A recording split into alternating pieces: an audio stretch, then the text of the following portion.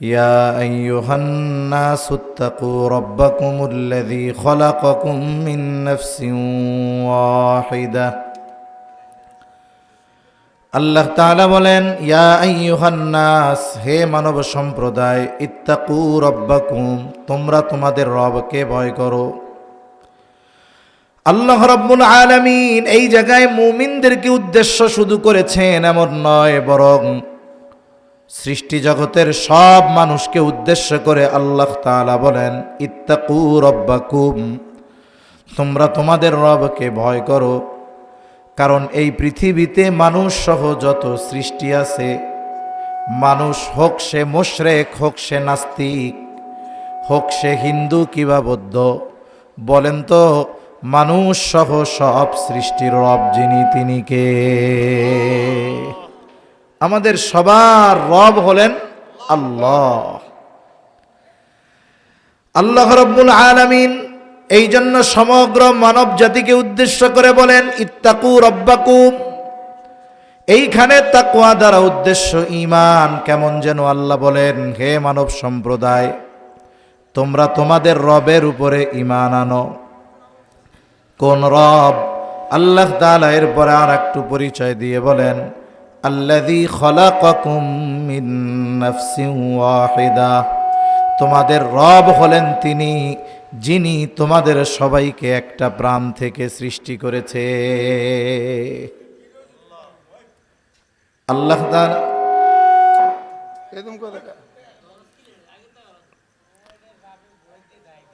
আল্লাহ তাআলা আমাদের সবাইকে সৃষ্টি করেছেন একটা প্রাণ থেকে। মূল কথা হলো যে যখন তাকওয়া সমগ্র মানব জাতিকে উদ্দেশ্য করে অর্জনের নির্দেশ দেওয়া হয়, এই জায়গায় উদ্দেশ্য ঈমান। এই জায়গায় উদ্দেশ্য কি হয়? এখন আমরা তো আলহামদুলিল্লাহ ঈমান আনছি, আমরা সবাই মুমিন না? আমরা ঈমান আনছি। তা ঈমানদারদেরকে আল্লাহ তাআলা আলাদাভাবে আবার তাকওয়ার আদেশ দিচ্ছে। আল্লাহ তাআলা বলেন, ইয়া আইয়ুহাল্লাযীনা আমানুত্তাকুল্লাহ, হে ঈমানদারেরা, তোমরা আল্লাহ তাআলাকে ভয় করো, হাক্কা তুকাতিহি, ভয় করার মতো ভয় করো। প্রথমত আমাদের জানতে হবে তাকওয়া অর্থ কি। তাকওয়া অর্থ হলো বিরত থাকা। কিসের থেকে? পাপের থেকে। আব্দুল্লাহ ইবনে আব্বাস রাদিয়াল্লাহু তাআলা আনহু বলেন, তাকওয়া হলো আল্লাহ তাআলার আদেশ মান্য করা, নিষেধ থেকে বিরত থাকা, এটা হলো তাকওয়া। আর যেই মুমিন আল্লাহর আদেশ মান্য করে, নিষেধ থেকে বেঁচে থাকে, সেই মুমিন হলো মুত্তাকি মুমিন। আমাদের দেশে পুলিশ আছে না? পুলিশ তো চিনেন? পুলিশ থানায় গেলে কিছু পুলিশ আছে, যখনই যাবেন দেখবেন সে থানার গেটের মধ্যে দাঁড়ায় আছে, ভিতরেও ঢুকতে পারে না, বসারও সুযোগ নাই। যে গেটে দাঁড়ায় থাকে এরও পরিচয় কন্যা, পরিচয় কি? পুলিশ। আর ওই রাজারবাগ পুলিশ লাইনে একেবারে পুলিশ প্রধানের অফিসে যিনি আইজিপি বৈশা আছেন, উনিও পুলিশ। তাইলে থানার মধ্যে গেট পাহারা দিচ্ছে, দাঁড়ায় আছে, সেও পুলিশ। আর ওই পুলিশ হেডকোয়ার্টারে এসি রুমের মধ্যে বৈশা আছে আইজিপি সাহেব, উনিও পুলিশ।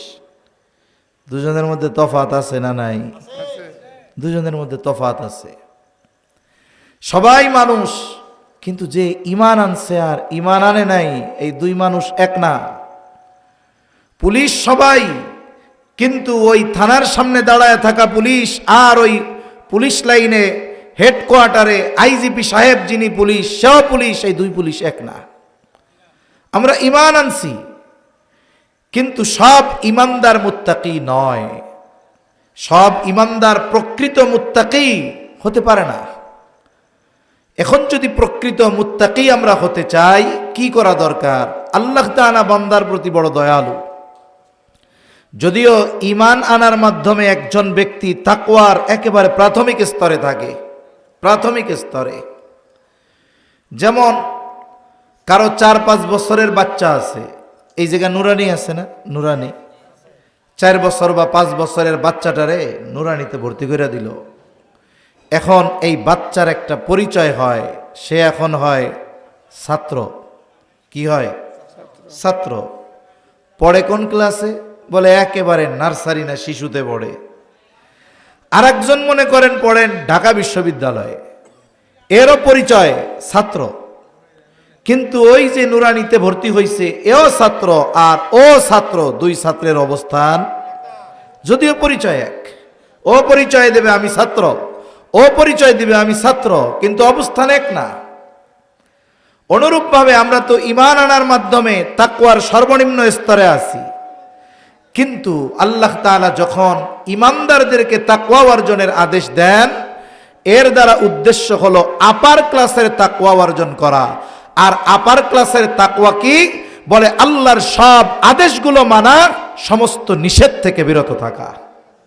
বলেন তো, আমাদের সমাজে আমরা সবাই আল্লাহরে বিশ্বাস করি, নবীজিকে বিশ্বাস করি, আমাদের ইমানে মুফাসসাল সবার জানা আছে, সব ঠিক আছে, কিন্তু বলেন তো সমাজে সুদখোর ঘুষখোর মুমিন আছে না নাই?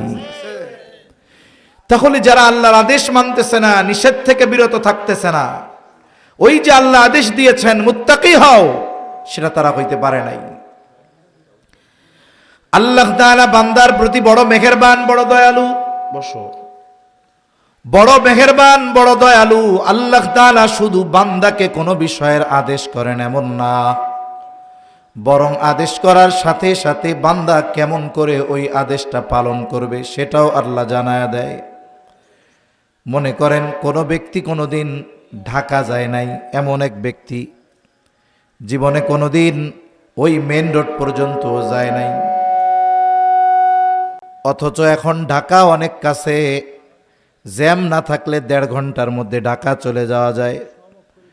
যেই ব্যক্তি জীবনে কোনোদিন ঢাকা যায় নাই, সাচার বাজার কোনোদিন পার হয় নাই, ওই লোকটারে যদি আপনি হঠাৎ করে বলেন কালকে সকালে তোমার ঢাকা যাওয়া লাগবে, যেহেতু জীবনে যায় নাই, রাস্তাও চেনে না, এটা তার জন্য কঠিন।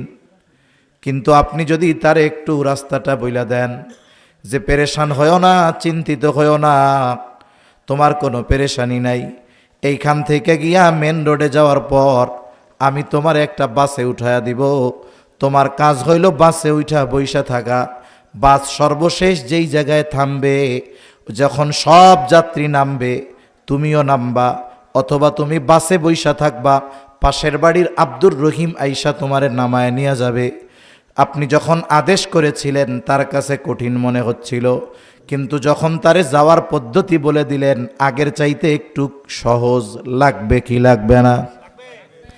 এইবার সে গন্তব্যে পৌঁছে আপনারে ফোন দিয়া বলবে, ও চাচা আমি তো আগে বুঝি নাই ঢাকা আসা এত সহজ, হ্যাঁ এটা তো আমি আগে বুঝি নাই। তার মানে যখন আদেশ করা হয় কোনো বিষয়ে কঠিন মনে হয়, কিন্তু যখন তারে রাস্তা বাতলায়া দেওয়া হয় একটু সহজ, তার মধ্যে ওইটা মনে হয় যে না এটা আমি পারবো। তা আল্লাহ বান্দার প্রতি দয়ালু। বান্দাকে আল্লাহ তাআলা শুধু আদেশ কইরা শেষ কইরা দেন না, বরং ওই আদেশটা বান্দা কেমনে বাস্তবায়ন করবে সেই পথ পদ্ধতি সব আমাদের শিখায়া দেন কে? জোরে বলেন না কে? আল্লাহ। আল্লাহ শিখায়া দেয়। আপনাদের কষ্ট হইতেছে না তো? কথা কি বোঝা যায়? আলহামদুলিল্লাহ। শুনেন, আজকে ঈদের দিন মাহফিল, আরবি হিসাবে তো ঈদ একদিন আগে হয়ে গেছে, আমরা আমাগো বাংলা হিসেবে ধরলাম যে আজকে দিনের বেলা ঈদ গেছে, ঈদের দিন মাহফিল হবে, এটা তো অকল্পনীয়। আমাদের হারেসউদ্দিন সাহেব বারাকাল্লাহু ফি হায়াতি, সকলে বলি আমিন, উনি যে হিম্মত করছে, আমি এমনি মজা কইরা কইছি, আমারে কইছে প্রোগ্রামের কথা, আমি কইছি ভাই 21 তারিখ খালি আছে ঈদের দিন, তা আমি এমনি মজা কইরা কইছি, একটু পরে আল্লাহর বান্দা ফোন দিয়া ওই দিনই হবে। আমি যখন বাসায় বলছি যে আমার তো গ্রামের বাড়ি, বাচ্চারা গেছে, তখন তারা কয় এটা কোনো কথা হইল? ঈদের দিন মাহফিল করবেন, কোনো কথা হইল এটা? তা এই দিন মাহফিল হলে লোক কম আসবে এটা বোঝা যায়, যদি অতিরিক্ত ভাইরাল ব্যক্তি না হয়, আমরা তো ভাইরালের পাগল, অতিরিক্ত ভাইরাল হইলে তারা ওয়াজ শুনতে আসে না, এরা দেখতে আসে। অতিরিক্ত ভাইরাল বক্তা আসলে কি জন্য আসে গন্ধ? দেখতে আসে, ওয়াজ শুনতে আসে না। কিন্তু এই দিন লোক কম হবে এটা বোঝা যায়, কিন্তু শ্রোতা যে কয়জন হবে ওই কয়জন সব হইল খাঁটি শ্রোতা। আর বিষয়টা হলো, আমরা অনেক সময় মনে করি বড় ওয়াইএস কিরে কইছি, মাঠ বইরা লাখ লাখ মানুষ হয়েছে, জায়গা দিবার পারে নাই। হজরতও জানবে, বিভিন্ন কারণে আমার চট্টগ্রামে যাওয়া হয় বেশি। তা চট্টগ্রামে দেখছি শাইখুল ইসলাম আল্লামা শাহ আহমদ শফি সাহেব হুজুর রহমাতুল্লাহ আলাই বয়ান করতেছে। যদি আমাদের অঞ্চলে যাইতো লক্ষ লক্ষ মানুষ হয়ে যাইত। বয়ান করতেছে মাগরিবের পরে 15-20 জন লোক। এমনও দেখছি আব্দুল হালিম বুখারী সাহেব রহমাতুল্লাহ আলাই, পটিয়া মাদ্রাসার মুহতামিম সাহেব, বয়ান করতেছে মাদ্রাসার পাশে আসরের পরে। সর্বোচ্চ আসর মাগরিব, এরপরেই মুরব্বীরা বয়ান করে মাদ্রাসায় চলে যায়। চট্টগ্রাম অঞ্চলে বেশি 10-12 জন, 7-8 জন লোক নিয়ে বয়ান করতেছে। একজনও দেখছে। এই এত বড় বড় আলেম, কিন্তু ওনাদের অবস্থাটা কেমন? ওই 5 লাখ লোকের মাঝে আল্লামা শাহ আহমদ শফি রহমাতুল্লাহ আলাইহির বয়ানের ধাঁচ তরজ গুরুত্ব সময় যেমন, ওই 5-7 জনের সামনে ওই রকম। এমন না যে অনেক মানুষ এখন আমার একটু সুর টুর দিয়া জমাইতে হবে, ওই চিন্তা না। চিন্তা হলো যে আমার সামনে যারা আসছে, এই কয়জনই আসছে, এরাই শ্রোতা। ওই লক্ষ মানুষের সামনে যেমন 7-8-10 জনের সামনে ওই রকম। তাই জন্য আজকের দিনের শ্রোতা যারা, এনারা খাঁটি শ্রোতা। আল্লাহ তাআলা কবুল করেন বলি আমিন। তা আল্লাহ তাআলা বান্দার প্রতি মেহেরবান, শুধু আদেশ করেন তা না, আদেশগুলো কেমনে বান্দা বাস্তবায়ন করবে, আমলে পরিণত করবে, এটাও আমাদের বইলা দেন কে? আল্লাহ। দুই একটা উদাহরণ দিলে বুঝতে সহজ হবে। আদেশ বাস্তবায়নের পদ্ধতি আল্লাহ বলে দেন 2 ভাবে। কয় ভাবে? একটা হলো আদেশ করার সাথে সাথে সুস্পষ্টভাবে আল্লাহ নির্দেশনা দেন, এটা এইভাবে এইভাবে করো। আরেকটা হলো আল্লাহ তাআলা আদেশ করেন, তবে আদেশ বাস্তবায়নের পদ্ধতি ইঙ্গিতে বলে দেন, সূত্র দিয়ে দেন। সূত্র কেমনে দেন? যেমন আল্লাহ তাআলা কোরআনুল কারীমের মধ্যে আমাদেরকে নামাজের আদেশ দিয়েছেন। কোরআনুল কারীমের মধ্যে আল্লাহ তাআলা 82 জায়গায় নামাজের কথা বলেছেন। নামাজ ঈমানের পরে সবচাইতে গুরুত্বপূর্ণ ইবাদত। শুধু তাই না, এত গুরুত্বপূর্ণ ইবাদত, কিয়ামতের দিন সর্বপ্রথম নামাজের হিসাব নেওয়া হবে। নামাজের আদেশ করেছেন আল্লাহ, আছে কোথায়? বলে কোরআনুল কারীমে। তাহলে নামাজের আদেশ করেছেন আল্লাহ, তবে নামাজ কিভাবে পড়ব, কিভাবে রুকু করব, কিভাবে সেজদা দিব, কোন কোন তাসবিহ পড়ব, কোথায় কি করব, এই সব কোনো কিছু আল্লাহ তাআলা কোরআনুল কারীমের মধ্যে বলেন নাই। যদি সারা দুনিয়ার সব আলেমদেরকে শুধুমাত্র কোরআনুল কারীম দিয়ে বলা হয়, যেই কোরআনের মধ্য থেকে ফজরের 2 রাকাত ফরজ নামাজ বা সুন্নাত নামাজ যেই পদ্ধতিতে আমরা পড়ি, একেবারে দাঁড়ানো থেকে নিয়ে শুরু, অথবা তাকবীরে তাহরিমা থেকে নিয়ে সালাম ফেরানো পর্যন্ত যা যা করি সব কোরআন থেকে বের করে দেন। বলেন তো সম্ভব? জোরে বলেন সম্ভব? এখানে আসেন। আমাদের দেশে বিশেষ করে শিক্ষিতদের মধ্যে একটি ফিতনা দ্রুততার সাথে ছড়ায় পড়তেছে। এই ফিতনার নাম হলো আহলে কোরআন ফিতনা। শুনছেন আপনারা? আহলে কোরআন ফিতনা শুনছেন? আহলে কোরআনের কথা। এরা হাদিস অস্বীকার করে, এরা হাদিস অস্বীকার করে, বলে কোরআনই সব, হাদিস টাদিস নাই, এগুলো সব মিথ্যা, নাউজুবিল্লাহ বলেন। এরা যে বাতিল, এরা যে পথভ্রষ্ট, এটা বোঝার জন্য আলেম হওয়া দরকার নাই। বলেন তো, তাওরাত মুসা আলাইহিস সালাম তুর পর্বতে গেছে, 40 দিন থাকছে, একেবারে তখতার মধ্যে তাওরাত লেখা আল্লাহ দিয়ে দিছে, উনি লেখা তাওরাত নিয়ে উম্মতের মধ্যে চলে আসছে। কোরআন কি আল্লাহ তাআলা আসমান থেকে লেখা এরকম কপি বানাই এরপরে পাঠাইছে? কোরআন কি সরাসরি জিবরাইল আলাইহিস সালাম আমাদের কাছে এসে শোনাইছে? না, কোরআন আল্লাহ নাজিল করছেন শবে কদরে, লাইলাতুল কদরে, প্রথম আসমানে। এরপরে আল্লাহর নির্দেশে 23 বছর ব্যাপী যখন যেই অবস্থায় যতটুকু দরকার, যা দরকার, আল্লাহর নির্দেশে জিবরাইল আলাইহিস সালাম 23 বছর ব্যাপী নবীজি সাল্লাল্লাহু আলাইহি ওয়াসাল্লামের কাছে কোরআন নিয়ে অবতীর্ণ হয়েছেন। কেউ যদি নবীর কথা হাদিসরে অস্বীকার করে, বলে আমি আহলে কোরআন, না না, বরং সে কোরআনকেও অস্বীকার করে। ঠিক কিনা বলেন? কারণ এই দুনিয়ার মানুষ কোরআন শুনছে নবীজির জবানে, সাহাবা একরাম নবীজির কাছ থেকে কোরআন শুনছে, লেখা কপি পায় নাই। তাহলে কেউ যদি ওই নবীর কথা হাদিসকে অস্বীকার করে আর বলে আমি আহলে কোরআন, কোনো সন্দেহ নাই ওগুলো বেঈমান। ঠিক কিনা বলেন? এই জন্য সাবধান। বিশেষ করে আমাদের শহর অঞ্চলে শিক্ষিত মানুষদের মধ্যে এই ফিতনা সময়ের সাথে সাথে বাড়তেছে। আল্লাহ হেফাজত করেন। তাহলে নামাজের আদেশ হলো কোরআনে, কিন্তু নামাজের পদ্ধতি আল্লাহ তাআলা কোরআনুল কারীমের মধ্যে সুস্পষ্টভাবে বর্ণনা করেন নাই। এখন তাহলে নামাজ কার থেকে শিখব? আল্লাহ তাআলা এইটা শেখানোর দায়িত্ব দিয়েছেন আমার আপনার নবীজিকে। তাই নবীজি সাল্লাল্লাহু আলাইহি ওয়াসাল্লাম বলেন, সল্লু কামা রাআইতুমুনি উসল্লি। এখন আল্লাহ তো নামাজের আদেশ দিলেন, নামাজ কিভাবে পড়বা? নবীজি বলেন, সল্লু কামা রাআইতুমুনি উসল্লি, নামাজ পড়ো যেভাবে আমাকে নামাজ পড়তে দেখো। তাহলে আদেশ পাইছি আল্লাহর থেকে, আর পদ্ধতি এই উম্মত শিখছে নবীজির থেকে। তাহলে নবীর থেকে যে শিখবো আমরা, আল্লাহ যে আদেশ দিলে পাইলাম কই? আল্লাহ তাআলা আমাদের যখন আদেশ করেন, ওই আদেশের আনুগত্য করা মুমিনের ঈমানের দাবি। আল্লাহর আদেশের আনুগত্য করা মুমিনের ঈমানের দাবি, এটা করতেই হবে। এখন আল্লাহ আদেশ করলেন, আমরা আল্লাহর যদি বলি আল্লাহ আপনি তো আদেশ করলেন, এই আদেশের আনুগত্য করব কেমনে? আল্লাহ বলেন, মাইয়ুতি'আর রাসূলা ফাকাদ আতা আল্লাহ। আল্লাহ তাআলা বলেন, মাইয়ুতি'আর রাসূলা, যে রাসূলের আনুগত্য করলো, ফাকাদ আতা আল্লাহ, সে আল্লাহর আনুগত্য করলো। তার মানে আল্লাহ আদেশ দিয়েছেন নামাজ কায়েম করো। এখন এই আদেশের আনুগত্য কেমনে করব? কোরআনে তো নামাজের পদ্ধতি নাই। আল্লাহই জানায় দেয়, বান্দা এই আদেশটা কেমনে বাস্তবায়ন করবা সেটা আমার রাসূল থেকে শিখে নাও।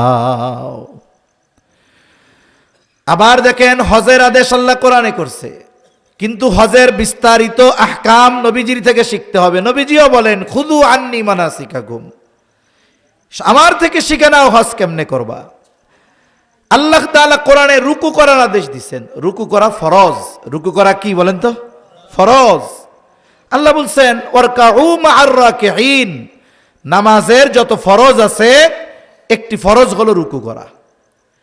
এখন মনে করেন আমি আপনাদের এলাকায় এসে নামাজে দাঁড়াইলাম, যে কোনো এক ওয়াক্তের নামাজে দাঁড়াইছি। কার পাশে? একজন সাধারণ মুসল্লির পাশে। উনি আলেম না, ওলামায়ে কেরামকে ভালোবাসে, হক্কানি পীর মাশায়েখের সাথে সম্পর্ক আছে, এইরকম একজন লোকের পাশে আমি নামাজে দাঁড়াইছি। ইমাম সাহেব রুকুতে গেছে। রুকু শব্দের শাব্দিক অর্থ হইল ঝুঁকা, ঝুঁকা। এখন ইমাম সাহেব যখন রুকুতে গেছে, আমি আস্তে করে শুধু মাথাটারে একটু ঝুঁকাইয়া রুকুর সময় দাঁড়ায় আছি। নামাজ শেষ করে ওই মুরব্বী আমারে ধরে বসবে। দেখে তো হুজুর হুজুর লাগে, লম্বা জামা গায়ে দিছেন, তা রুকু কেমনে করে জানেন না? অসুস্থ টসুস্থ নাকি? মাজা ব্যথা? না, আমি তো সুস্থ মানুষ, কোনো সমস্যা নাই। তাহলে আপনি রুকু করলেন না কেন? এখন আমি যদি উনারে বলি, চাচা কোরআনুল কারীমের মধ্যে আছে রুকু করো, ঝুঁকো, তার মানে আল্লাহ ঝুঁকতে বলছে, কতটুকু ঝুঁকতে হবে তা তো বলে নাই, এজন্য আমার যতটুকু মন চাইছে আমি অতটুকু ঝুঁকছি। ওই লোকটাও আমারে তখন বলবে, শুনেন, আল্লাহ ঝুঁকতে কইছে, কিন্তু কতটুক ঝুঁকতে হবে, কিভাবে ঝুঁকতে হবে, কতটুক থাকতে হবে, এটা আমাকে নবী আমারে শিখাইছে। ঠিক কিনা বলেন? তার মানে আমরা রুকু বলবো কোনটারে? একবারে সোজা থাইকা যখন এই রকম দালের মতো বেঁকা হয়ে যাবে, মাথা পিঠ এমন সমান হবে, উপরে সুন্দর মতো একটা লাঠি রেখা দেওয়া যাবে। এইভাবে একবারে ঝুঁকা, কমপক্ষে আমরা 3 বার তাসবিহ পড়ি, 5 বার পড়ি, 7 বার পড়ি, 11 বার পড়ি, এইভাবে থাকা, এটার নাম রুকু। ওই মাথায় এতটুকু ঝুঁকাইলে ওটার রুকু হয় না। তাহলে বলেন তো, কোরআনের শাব্দিক অর্থ রুকু, অর্থ ঝোঁকা, কিন্তু কতটুকু ঝুঁকলে, কতটুকু থাকলে আল্লাহর আদেশের ওই রুকু হবে, এটা আমাদের শিখতে হবে মুহাম্মাদুর রাসূলুল্লাহ সাল্লাল্লাহু আলাইহি ওয়াসাল্লাম থেকে।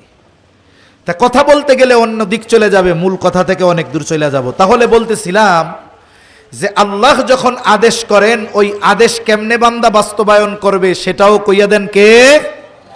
এর মধ্যে এক পদ্ধতি হলো, আল্লাহ ডাইরেক্ট বলেন না, ইনডাইরেক্ট ইশারা দিয়ে দেন। তার মানে যেই আদেশটার বাস্তবায়নের পদ্ধতি কোরআনে সুস্পষ্টভাবে তুমি পাবা না, ওইটা আমার রাসূলের দিকে যাও, ওইটা আমার রাসূল থেকে তোমরা শিখে নাও। তবে তাকওয়ার আদেশ করার পর আল্লাহ সুবহানাহু ওয়া তাআলা কোনো ইঙ্গিত করেন নাই। আল্লাহ রাব্বুল আলামিন তাকওয়া অর্জনের পদ্ধতিগুলো সুস্পষ্টভাবে কোরআনুল কারীমের মধ্যে বর্ণনা করে দিয়েছেন। এখন কয়েকটা বিষয় আমরা জানব, যেই বিষয়গুলোর দ্বারা তাকওয়া অর্জন হবে, আমরা মুত্তাকি হতে পারবো, আমাদের দুনিয়া আখিরাতের জীবন সুন্দর হবে। আমরা শুধু শুনবো না, বাস্তবায়ন করবো তো ইনশাআল্লাহ। তাহলে আসেন জানি 1 নম্বরে তাকওয়া অর্জনের পদ্ধতি কি।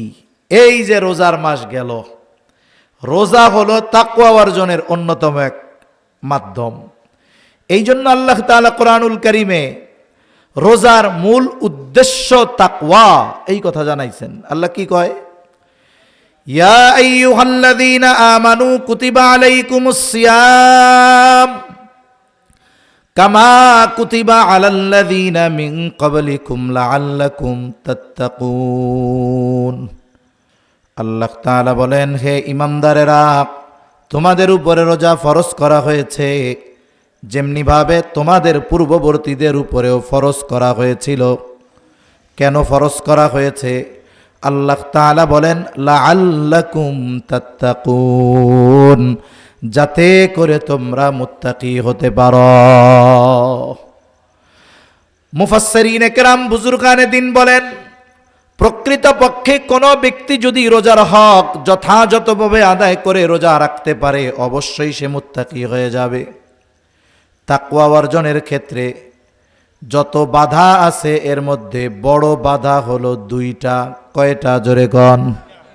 আমরা সবাই চাই আল্লাহর আদেশ মানব, আল্লাহ তাআলার নিষেধ থেকে বেঁচে থাকব, এর মাধ্যমে আমরা নিজেদেরকে মুত্তাকি বানাবো। তবে এই মুত্তাকি হওয়ার ক্ষেত্রে, তাকওয়া অর্জনের ক্ষেত্রে সবচাইতে বড় বাধা যেগুলো, তার মধ্যে বড় বাধা 2টা। একটা হলো শয়তান, আর একটা হলো নফস। রোজার মাধ্যমে তাকওয়া অর্জন কেন হয়? তাকওয়া অর্জন করা কেন সহজ হয়? কারণ যখনই রমজান মাস আসে, হাদিসের মধ্যে আসছে, নবীজি সাল্লাল্লাহু আলাইহি ওয়াসাল্লাম জানায় দেন, আল্লাহ তাআলা শয়তানকে শিকলে বেঁধে ফেলে। ওয়াসুলসিলাতিশ শায়াতিন, শয়তান রে শৃঙ্খলাবদ্ধ করা হয়। তাহলে একটারে বাইন্ধা ফেলে রমজান মাসে, আর একটা হলো এই নফসে আম্মারা। আল্লাহ বলেন ইন্নান নাফসা লাআম্মারাতুম বিসসু, এই নফসে আম্মারা এটা আমাদেরকে পাপ কাজের আদেশ দেয়, খারাপ কাজের আদেশ দেয়, গুনার প্রতি আগ্রহী করে তোলে। তা মানুষের নফস সচল থাকে কখন? মানুষের নফস পাপাচারে আদেশ করে কখন? বলে মানুষের যখন দৈহিক শক্তি থাকে।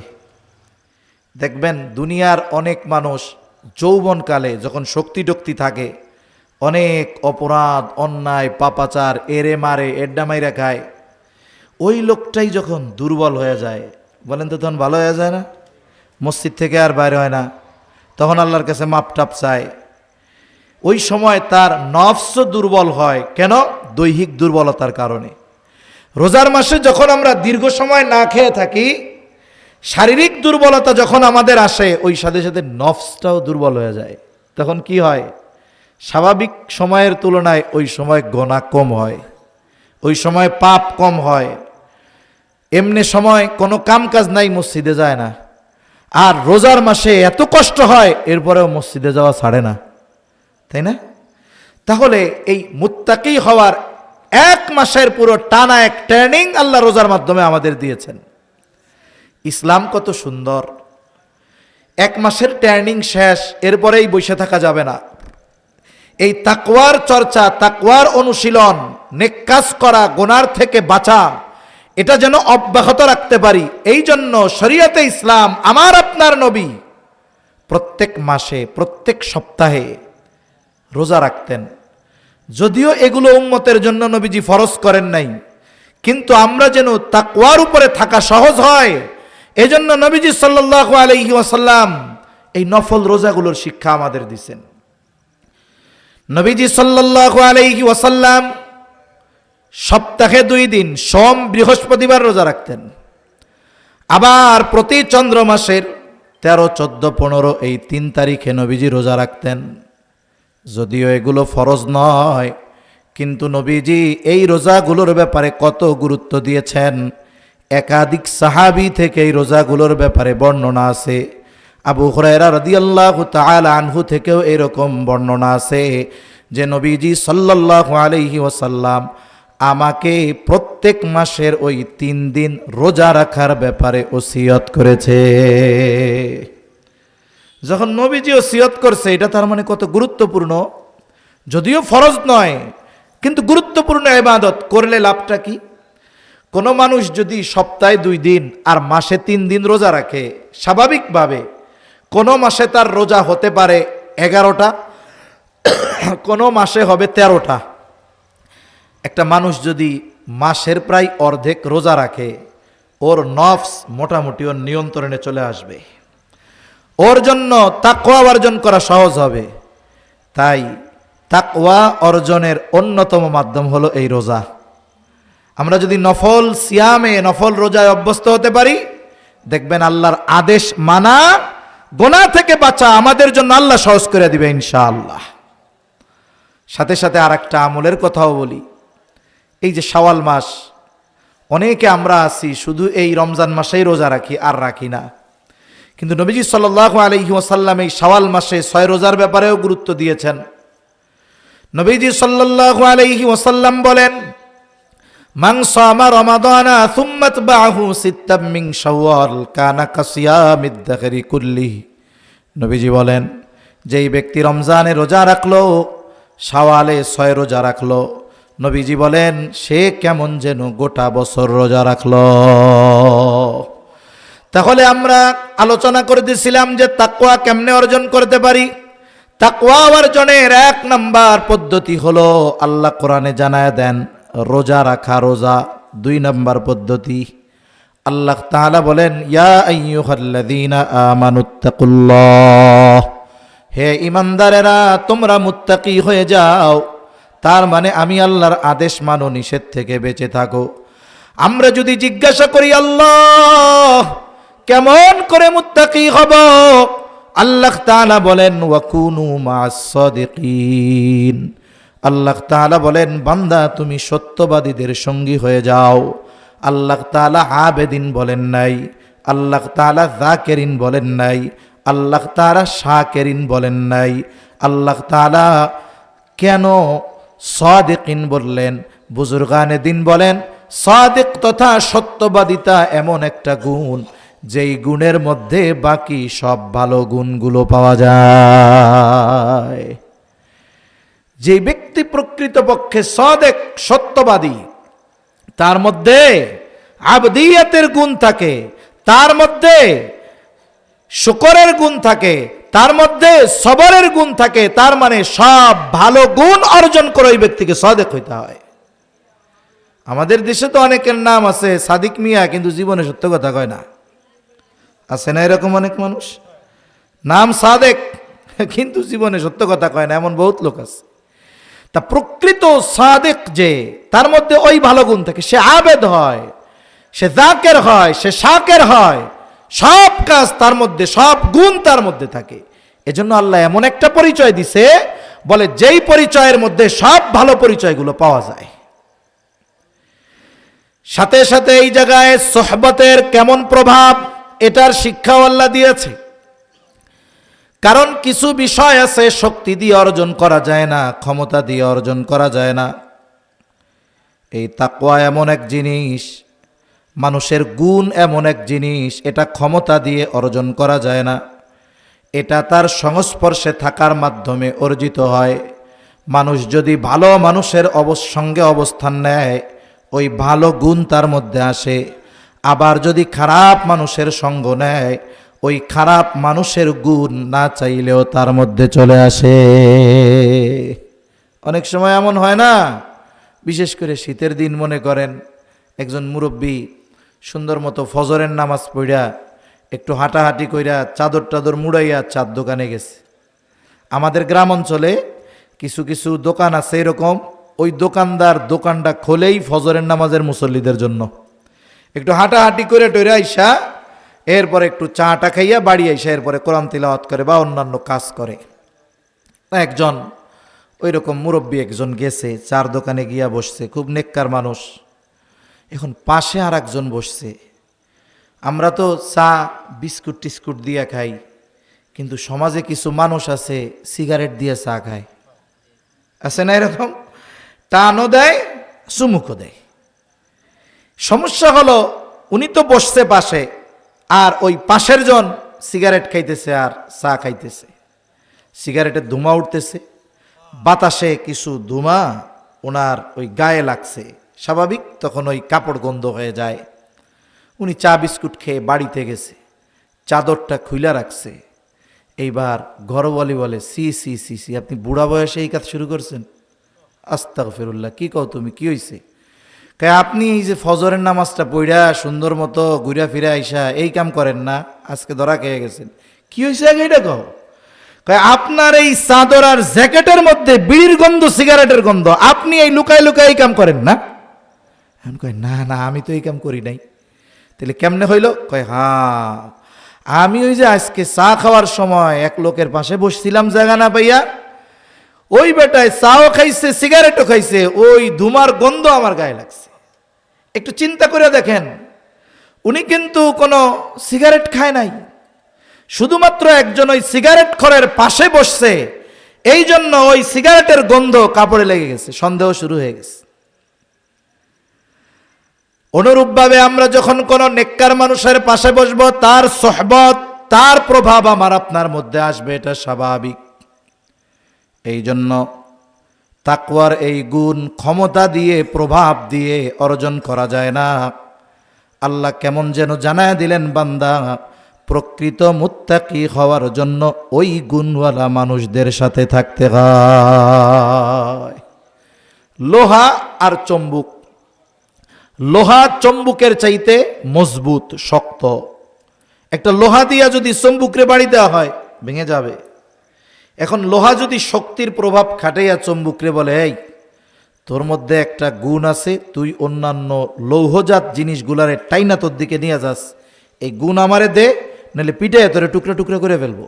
এখন বলেন তো, এইখানে যদি শক্তির প্রদর্শন করা হয়, শক্তি দেখানো হয়, তাইলে লোহা কি চম্বুকের এই গুণ অর্জন করতে পারবে? পারবে না।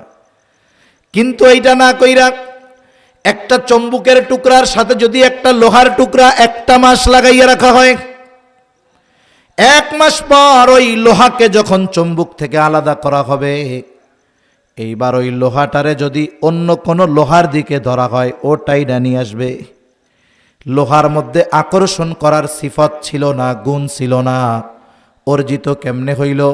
বলে ক্ষমতা শক্তির কারণে নয়, বরং ওই চম্বুকের সোহবতে থাকার কারণে চম্বুকের ওই গুণটা লোহার মধ্যে চলে আসছে।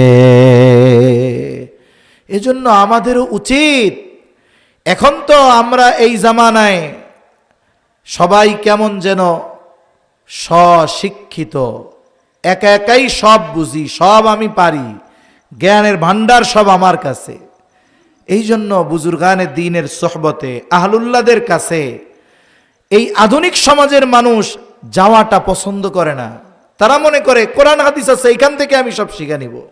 আরে ভাই, কিন্তু কোরআন হাদিসের ওই মূল বিষয়টা যদি বের করতে হয়, দুধ তো সামনে আছে, কিন্তু এই দুধ থেকে ঘি বের করা, মাখন বের করা, এটা তো আমার আপনার দ্বারা সম্ভব নয়। দুধ তো সামনে আছে।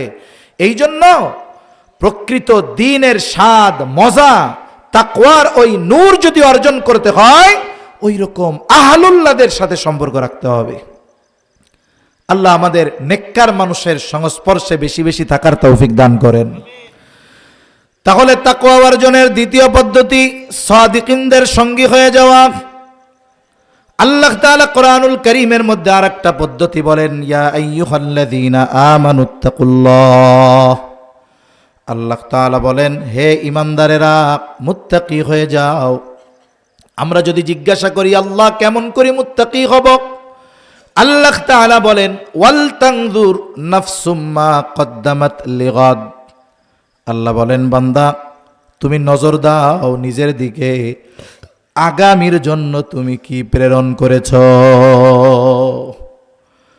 আল্লাহ বলেন তুমি নজর দাও, ওয়াল তানজুর, তুমি নজর দাও, নাফসুম মা কদ্দামাত লিগাদ, তুমি আগামীর জন্য কি প্রেরণ করেছো। আগামী মানে হইল ভবিষ্যৎ। আগামী মানে কি? ভবিষ্যৎ। আগামী মানে ভবিষ্যৎ। এইখানে ভবিষ্যৎ তো দুই ধরনের হয়, একটা হলো অনিশ্চিত ভবিষ্যৎ, আর একটা হলো সুনিশ্চিত ভবিষ্যৎ। এই যে বেঁচে আসি, থাকবো কতটুক, এই ভবিষ্যৎটা অনিশ্চিত। কিন্তু মরব, কবরে যাব, এই ভবিষ্যৎ সুনিশ্চিত, কোনো সন্দেহ নাই। কিন্তু আমাদের চিন্তা হলো অনিশ্চিত ভবিষ্যৎ নিয়ে আমরা পেরেশানিতে শেষ। আমরা সবাই কম বেশি অনিশ্চিত ভবিষ্যৎ নিয়ে আমি পেরেশান, আমার পরিবার পেরেশান, সরকার পেরেশান। যেমন একটা ছেলে যখন সরকারি চাকরিতে ঢুকে, বয়স ধরেন 20 বছর, চাকরি করবে 60-62 বছর পর্যন্ত। এই ছেলেটা যখন চাকরিতে ঢুকে, ট্রেনিং শেষ, বেতন চালু হয়েছে, বলেন তো সরকার তারে কি বেতনের সব টাকা দেয় না কিছু টাকা কাইটা রাখে? বেতনের পরিমাণের উপরে নির্ভর করে একটা পার্সেন্ট টাকা ওইটা কাইটা রাখে। ওইটা সে যখন মন চায় তখন পাবে না। পাবে কখন? বলে আরে তুই 60 বছর পর্যন্ত যখন চাকরি করবি, তুই তো সব শক্তি সামর্থ্য ব্যয় করবি এই জায়গায়, এরপরে বাড়ি যেয়ে কি কাম করবি, তোর টেনশন নাই। এই তোর চাকরির 40 বছর যা জমামু, তোরে বাড়ি পাঠানোর সময় কোনো পেরেশানি নাই তোর। ওই 62 বছর বয়সে 1 বস্তা টাকা নিয়ে এরপরে তুই বাড়ি যাবি। তাহলে সরকার যে তার জন্য টাকা জমাচ্ছে, ভবিষ্যতে দিবে, এই ভবিষ্যৎ অনিশ্চিত না সুনিশ্চিত? অনিশ্চিত ভবিষ্যৎ। ও বাঁচবে কয়দিন তার ঠিক নাই, অথচ দেখেন ও পেরেশান, সরকারও ওই ভবিষ্যতের ব্যাপারে যেন কষ্ট না হয় এই জন্য টাকা জমাইতেছে। অথচ ওই টাকাও ভোগ করতে পারবে কিনা, ওই পর্যন্ত হায়াত পৌঁছাবে কিনা, এর কোনো নিশ্চয়তা নাই। তাই আল্লাহ তাআলা কেমন যেন বলে, বান্দা ওই সুনিশ্চিত আগামী, সুনিশ্চিত ভবিষ্যতের দিকে নজর দাও। ওই জায়গার জন্য কি পাঠাইলা? অনিশ্চিত ভবিষ্যতে বুড়াকালে ভালো থাকার জন্য তুমিও টাকা জমাও, সরকারও টাকা জমায়, কিন্তু তোমার সুনিশ্চিত ভবিষ্যৎ হলো মরণ। তোমার সুনিশ্চিত জায়গা হলো কবর, সুনিশ্চিত হাসর, সুনিশ্চিত মিজান, সুনিশ্চিত পুলসরাত, সুনিশ্চিত কারো জন্য জান্নাত, কারো জন্য জাহান্নাম। নবীজি তো জানায় দিছে, কারো মৃত্যুটা হবে আসানের, কবর হবে জান্নাতের বাগান, কারো মৃত্যু হবে কষ্টের, কবর হবে জাহান্নামের গর্ত। ওই সুনিশ্চিত ভবিষ্যতে দীর্ঘ একটা সময় তোমার আলমে বরজখ কবরে থাকতে হবে। তুমি নিজে একটু হিসাব করো, ওই কবরে ভালো থাকার জন্য তুমি কি প্রেরণ করেছ। পুলসরাত জানি বিজলির আকারে পাড়ি দিতে পারো, এই জন্য কি পাঠাইছো একটু হিসাব করো। মিজানের পাল্লাটা জানি নেকির দিকে ভারী হয়, এই জন্য কি পাঠাইছো হিসাব করো। তাই তো বুজুর্গানে দিন যখন আমাদেরকে পরামর্শ দেন, সবক দেন, বুজুর্গানে দিন মুহাসাবার কথা বলেন, মুহাসাবা হিসাবের কথা বলেন। আমাদের সামনে হিসাব শব্দটা আসলেই চিন্তা করি টাকা পয়সার হিসাব। হিসাব শুধু টাকা পয়সার নয়, বলে আমাদের এই হায়াতের হিসাবও আমাদের করা দরকার আছে না নাই? এজন্য মুরাকাবার কথা বলেন, মুহাসাবার কথা বুজুর্গানে দিন বলেন। মুরাকাবার মাধ্যমে দিল নরম হয়। একা একা যদি কোনো ব্যক্তি একটু আধারে বসে চিন্তা করে, আরে এই অন্ধকার তো একটু পরে হয়তো লাইট জ্বালাইলে চলে যাবে, কিন্তু সামনে তো এমন অন্ধকার আছে যেই অন্ধকার যাওয়ার কিচ্ছু নাই। এই মৃত্যুর মুরাকাবার কথা বুজুর্গানে দিন করতে বলেন। কেন? এটা দিল নরম হয়। স্বাভাবিকভাবে দেখবেন যে বেটা কোনোদিন নামাজ পড়ে না, ওর বাপ মরলে কয়েকদিনও নামাজ কালাম পড়ে। বাপের মৃত্যুতে ওর দিল নরম হয়েছে। আমি যদি ওই জায়গায় আমার মৃত্যুর চিন্তাটা করি, তাহলে আমার দিলটাও নরম হবে। তাই নবীজি সাল্লাল্লাহু আলাইহি ওয়াসাল্লাম মৃত্যুর কথা বেশি বেশি স্মরণ করতে বলতেন। নবীজি বলেন, আকসিরু যিকরা হাদিমিল লাযযাত ইয়ানি আল মাউত। ওই জিনিসের স্মরণ বেশি বেশি করো যেটা সব কিছুর স্বাদকে নষ্ট করে দেয়, এটা হলো মাউত। এজন্য 2-4-5 মিনিট যদি সুযোগ হয়, একা একা আসি, যে কবরে আছে ওর জায়গায় একটু আমারে চিন্তা করব, যে হারে আজকে যদি আমার ওই জায়গায় যাওয়া লাগতো, একটু চিন্তা যদি করি আমার জীবন পরিবর্তন হবে। সাথে সাথে আরেকটা কাজ করব, মুহাসাবা। এটা অনেক লম্বা সময় নয়, আমার আপনার সারা দিনের ভালো আর মন্দ কাজের হিসাব করতে প্রত্যেকের আমার মনে হয় 1-2 মিনিটের বেশি লাগবে না। একটু যদি চোখটা বন্ধ করে টান দেই, আজকে ভালো কাজ কয়টা, খারাপ কাজ কয়টা, মুহূর্তের মধ্যে বাইর করে ফেলতে পারবো। অথচ এই 1-2 মিনিটের কাজ মানুষের জীবন পরিবর্তনের কারণ হয়ে যেতে পারে। বড় বড় বাজারে বড় বড় ব্যবসায়ী আছে, বড় বড় ব্যবসায়ীরা কিছু নিয়ম নীতি অনুসরণ করে, যার কারণে এরা সফল ব্যবসায়ী হয়। আবার অনেক ব্যবসায়ী দেখছি বাবা বিদেশ থাকতো, পোলা কিছু করে না, বিদেশ থেকে 50 লাখ টাকা নিয়ে আইছে, এবার কয় আব্বা আমারে কচুয়া বাজারে একটা দোকান দিয়ে দেন। হ্যাঁ, একবারে সুন্দর মতো এক চান্সে 25 লাখ খরচ করে দোকান দিয়ে দিস। ব্যবসার অভিজ্ঞতা আছে? কিচ্ছু নাই। 1 বছরের মাথায় দোকানের তাক আছে, কিন্তু মাল জিনিস কিচ্ছু নেই। কিন্তু অনেক ব্যবসায়ীর কথা আমার জানা আছে, আমি দেখার সৌভাগ্য হয়েছে। এমন ব্যবসায়ী, আগে চাউলের বস্তাগুলো 50 কেজির পাওয়া যাইতো সালার বস্তায়। আমি দেখছি ওই লোকরে, আমার দেখার তৌফিক হয়েছে।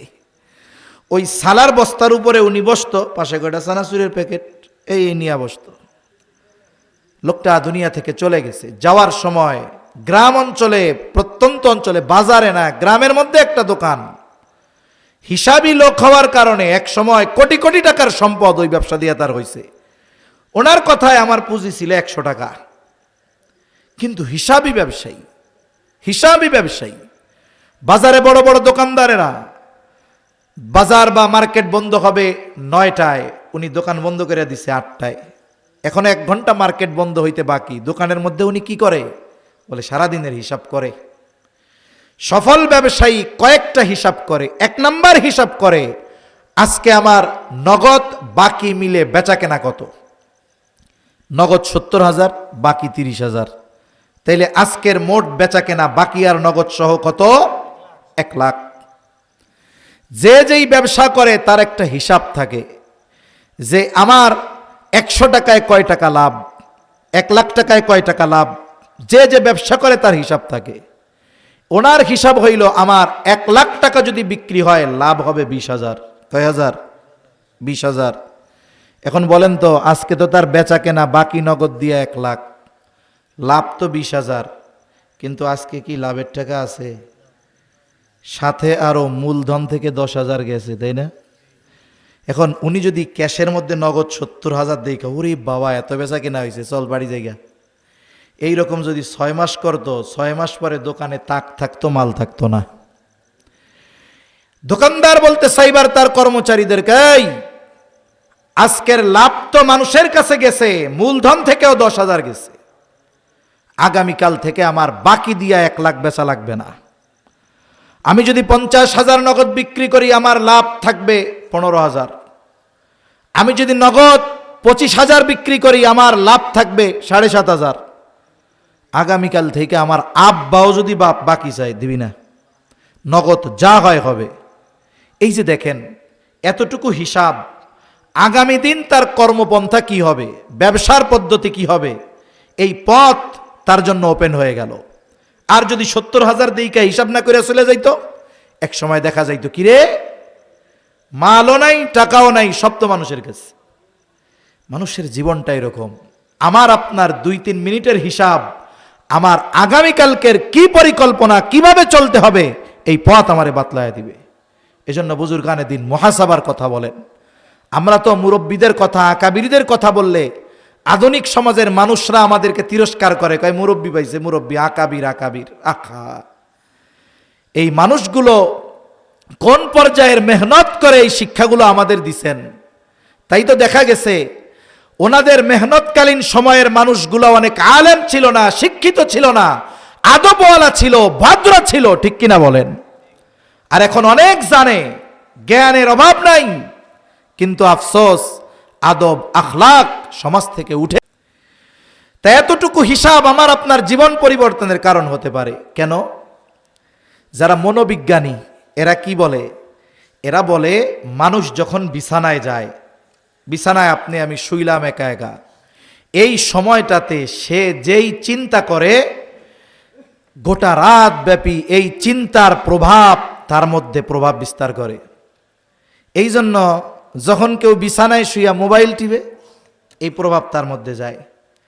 এখন আমি আপনি যদি বিছানাটায় শুইয়া চোখটা বন্ধ করি, লাইট বন্ধ, আমার যুবক ভাই সে বিছানায় শুয়ে একটু হিসাব করতেছে, দেই হুজুর তো কইল আজকে একটু হিসাবটা করি। হয়তো সে চোখ বন্ধ করে হিসাব করতেছে, আজকে ভালো কাজকে কী করছি, আজকে মন্দ কাজকে কী করছি। হিসাবে দেখা গেল আজকে গোনা বেশি, তার সওয়াব কম। এই চিন্তার যেই প্রভাব এটা তার মধ্যে আসবে, অটোমেটিক তার মধ্যে এই চিন্তা আসবে, আরে কত মানুষ তো রাতের বেলা মারা যায়, আজকের রাত যদি আমার জীবনের শেষ রাত হয়ে যায়, আর যদি বিগত হায়াতের হিসাবটাও এমন হয় যে সওয়াব কম পাপ বেশি, তাইলে তো আখেরাতে আমার মিজানের পাল্লা গোনারটা হবে ভারী, নেকেরটা হবে হালকা, তাহলে তো আমার ঠিকানা জাহান্নাম। এই যে চিন্তা মানুষের গতিপথ পাল্টায় দেয়। হয়তো ও তখন একাকী নীরবে নিভৃতে আল্লাহর কাছে বলবে, আল্লাহ আমার গুনাহগুলো মাফ করে দেন, আমি আর গুনাহ করব না। মানুষরে দেখাইয়া করে নাই, কিন্তু এই যে আল্লাহর কাছে ক্ষমা চাইছে, মাফ চাইছে, তাওবা করছে, এই তাওবাটা একেবারে হৃদয় থেকে আসছে। আশা করা যায় ওই তাওবা যদি ওই রকম হয়, বান্দার হক ছাড়া বাকি সব গুনাহ আল্লাহ মুহূর্তের মধ্যে মাফ করে দিবে। আচ্ছা, হতে পারে না যে ওই রাতটাই ওই জীবনের ওই যুবকের বা ওই ব্যক্তির শেষ রাত? হইতে পারে কি পারে না? এখন তো জান্নাতি হয়ে যাবে, কারণ ওই তাওবার মাধ্যমে অতটুকু হিসাবের কারণে তাওবা করছে, গুনাহ সব মাফ। কারণ মানুষের জীবন পরিবর্তনের জন্য অনেক বড় কিছু লাগে না। ছোট্ট একটা কাজ, ছোট্ট একটা কথা, ছোট্ট একটা চিন্তা, এটা মানুষের জীবনের পথ ঘুরায় দিতে পারে। হাদিসের মধ্যে ঘটনা আছে না, জালেম কিফিলের ঘটনা। হায় রে, নবীজি বারবার সাহাবায়ে কেরামকে এই জালেম কিফিলের ঘটনা বলছে। নবীজি বলেন, এই লোক এমন কোন পাপ নাই যেটা সে করে নাই। এখন তার পাপ তো সব ধরনের পাপ করে, পাপগুলোর মধ্যে একটা পাপ, সে সুদি কারবারি করে। এক মহিলা বিধবা, অভাবী, সে অভাবে পড়া খুবই প্রয়োজনে কিফিলের কাছে কিছু টাকা ধার নিতে আসছে। যেগুলা সুদি কারবারি করে এরা জীবনে মানুষে টাকা ধার দেবে না। সামনে যদি মানুষ দাপাইয়াও মইরা যায়, ও তারে 100 টাকা দিয়ে সহযোগিতা করবে না। কিন্তু পেছন দিয়া যদি কেউ এসে কয় 10,000 টাকা দেয়, সুদে দিব না, দেখবেন কোমরের গোছা থেকে মোটা টাকার বান্ডিল বের করে ওরে দিয়ে দিবে। আছে না দেশে সুদ করে এরকম? জালেম কিফিলের কাছে মহিলা আসছে, এসে বলে, কিফিল আমারে কিছু টাকা কর্জ দাও। কিফিল বলে, আমি কর্জ দিব না, তুমি সুদের উপরে নিতে পারো। মহিলা বলে, কিফিল যদি সুদ দেওয়ার মতো সামর্থ্য আমার থাকতো, তাইলে কি আমি তোমার কাছে আসতাম নাকি? কিফিল তো এমন কোনো পাপ নাই যে সেটা করে না। কিফিল জেনায় অভ্যস্ত, ব্যভিচারে অভ্যস্ত। মহিলার চেহারার দিকে তাকায় বলে, মহিলা সুদ যদি না দিতে পারো, তাহলে অমুক দিন আমার সাথে গোপনে মিলিত হবা, এই শর্তে তোমারে 60 দিরহাম কর্জ দিতে পারি। হাদিসের মধ্যে আসছে কাদাল ফাকিরু আইয়াকুনা কুফরা, দরিদ্রতা মানুষকে কুফুরি পর্যন্ত পৌঁছায়া দেয়। আমাদের সমাজে অনেক মানুষ অন্যায় অপরাধের সাথে যে জড়ায়, শুধুমাত্র শখে জড়ায় এমনটা নয়, অনেকে অপরাধের সাথে জড়ানোর অন্যতম কারণ হলো তার অভাব। এজন্য সমাজের যারা সামর্থ্যবান ব্যক্তি আছে তাদের দায়িত্ব আছে। আমরা চোর ধরা পড়লে চোররে পিটাই, কিন্তু চোর যেন চুরি না করে এই সমাধান আমরা বের করি না। আমরা কি করতে পারি? এই বেটা চুরি করে, ফান্ড কালেকশন করেন, বিত্তশালীদের কাছ থেকে 1 লাখ টাকা উঠান। প্রথম ওরে তো পরিশুদ্ধ করা দরকার। এক আলেমের সাথে দেন পাঠায়া 3 চিল্লায়, ওই জায়গায় মনে করেন 10,000 খরচ হইল, বাকি 90,000 এই 3 মাস 4 মাস তার অনুপস্থিতিতে পরিবার চলার জন্য দিয়ে দেন 10,000, আরও 80,000 আছে, এবার ওর একটা অটো কিনে দেন, তদারকিতে দিয়ে দেন। এই 3 চিল্লা দিয়াও যখন আসবে, মোটামুটি ওর ধোয়াই সাফাই যা দরকার হয়ে যাবে। এবার কাজ দিয়া দিলেন, অটো চালায় খাইবে, একটু খেয়াল টেয়াল রাখলেন, দেখা যাবে কি হবে, ও চলবে, পরিবার চলবে, এলাকার মানুষ নিশ্চিন্তে থাকবে। কিন্তু আমরা কি করি? আমরা পিটাইতে পারি, কিন্তু সমাধান বের করার রাস্তায় আমরা নাই।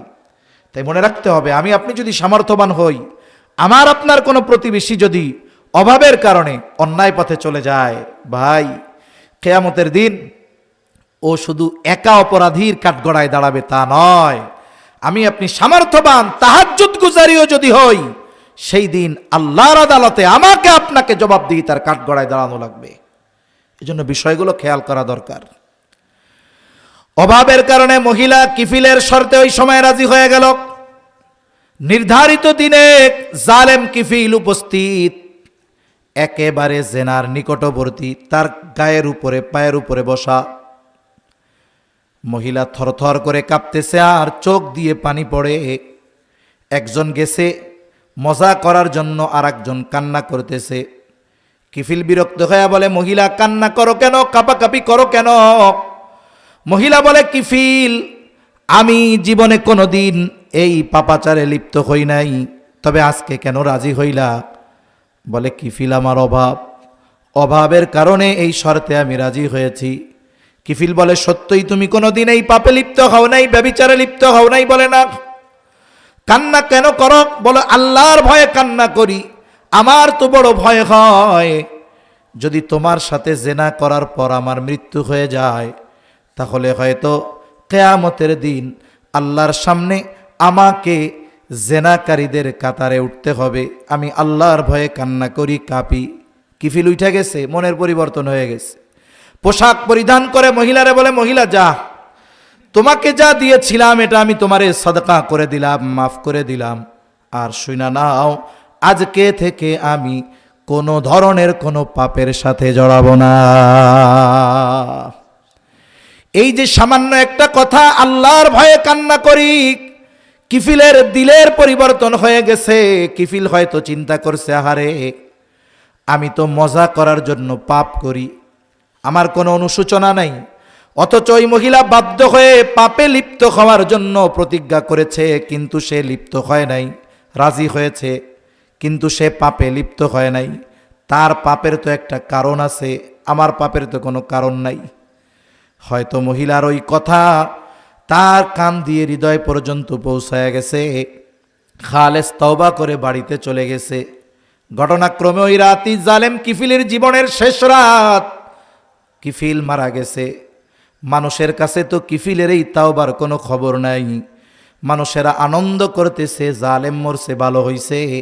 কিন্তু আল্লাহ তাআলা কিফিলের দরজায় কুদরতিভাবে লেখা দিয়েছে, কিফিল রে জালেম বইল না, আল্লাহ তাআলা কিফিল রে মাফ করে দিয়েছে।